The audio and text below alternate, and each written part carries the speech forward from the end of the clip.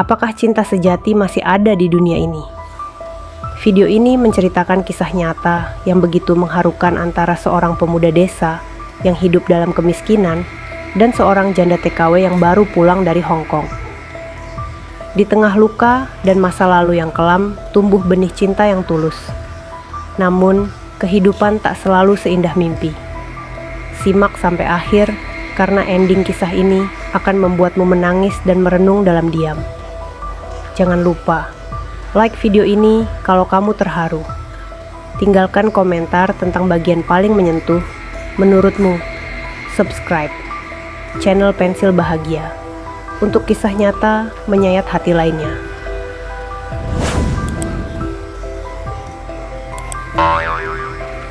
Namaku Bayu, umurku 25 tahun, tinggal di sebuah desa kecil di Jawa Tengah. Aku hanyalah anak kampung biasa, lulusan SMA yang menggantungkan hidup dari memelihara kambing milik orang lain. Ayahku sudah lama tiada, dan ibuku entah bagaimana caranya tetap tersenyum, meski kami hanya makan singkong 3 hari sekali. Hidup kami tak mewah, tapi kami selalu bersyukur. Hari itu, sebuah mobil Avanza berhenti di depan warung Mak Jum. Dari dalamnya keluar seorang wanita berkerudung rapi, membawa koper besar dan tas jinjing. Wajahnya teduh, namun lelah. Aku menatapnya dari kejauhan tanpa tahu siapa dia. Itu Mbak Rina. Pulang juga akhirnya, bisik Mak Jum tutur Rina. Namanya seperti angin yang kemudian mulai sering berhembus di hidupku. Rina adalah janda berusia 33 tahun. Ia pernah menikah dengan sopir truk asal Blora, tapi pernikahan mereka hanya bertahan 2 tahun.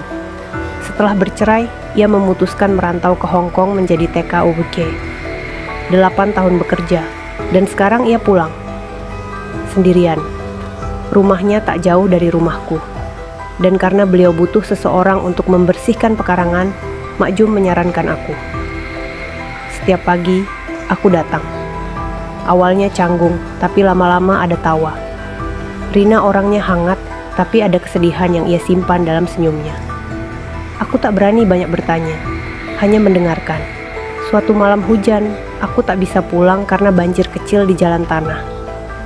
Rina menawarkanku berteduh.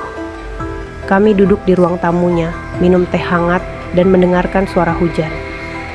Aku takut kembali ke sini, Bayu, katanya tiba-tiba.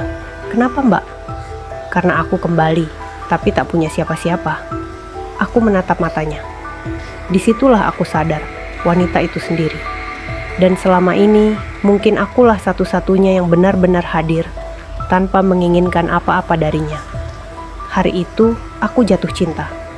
Ketika desas-desus mulai beredar, hidup kami berubah. Bayu itu belum cukup umur. Rina mah maunya hartanya dikuras si Bayu.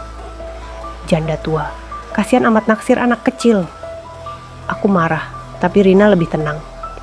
Dia hanya berkata, kalau cinta itu tulus, kita tidak harus menjawab semua omongan orang. Ibuku menangis. Bayu, ibu tahu kamu sayang dia. Tapi dunia tidak sesederhana itu. Rina datang ke rumah memeluk ibuku, menangis di pangkuannya. Ibu, saya tak punya orang tua. Kalau ibu izinkan, saya ingin ikut rawat ibu seumur hidup saya. Ibu menangis, aku menangis. Tapi kami tak bisa melawan dunia. Aku bekerja keras selama setahun. Menabung dari hasil beternak, berharap bisa melamar Rina secara resmi layak. Hari itu datang. Aku membeli cincin sederhana. Tapi saat aku sampai di rumahnya, pagar terbuka. Sepi. Seorang tetangga datang mendekat. Bayu, Rina dibawa ke rumah sakit subuh tadi. Katanya sesak napas. Aku berlari. 3 jam kemudian, dia pergi. Serangan jantung. Aku tak sempat bilang aku cinta. Tak sempat melamarnya. Tapi dalam diary-nya, kutemukan tulisan terakhir. Bayu, kalau takdir mengizinkan, aku ingin tua bersamamu, meski dunia menertawakan kita. Kini aku melanjutkan hidup.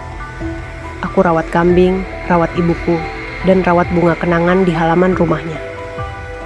Rina mungkin sudah tak di dunia ini, tapi cintanya tinggal dalam setiap hujan yang turun di desaku. Aku tak menyesal pernah mencintainya. Bahkan jika harus mengulang semua luka, aku tetap akan memilih Rina. Karena dalam diam, aku akan tetap menunggunya.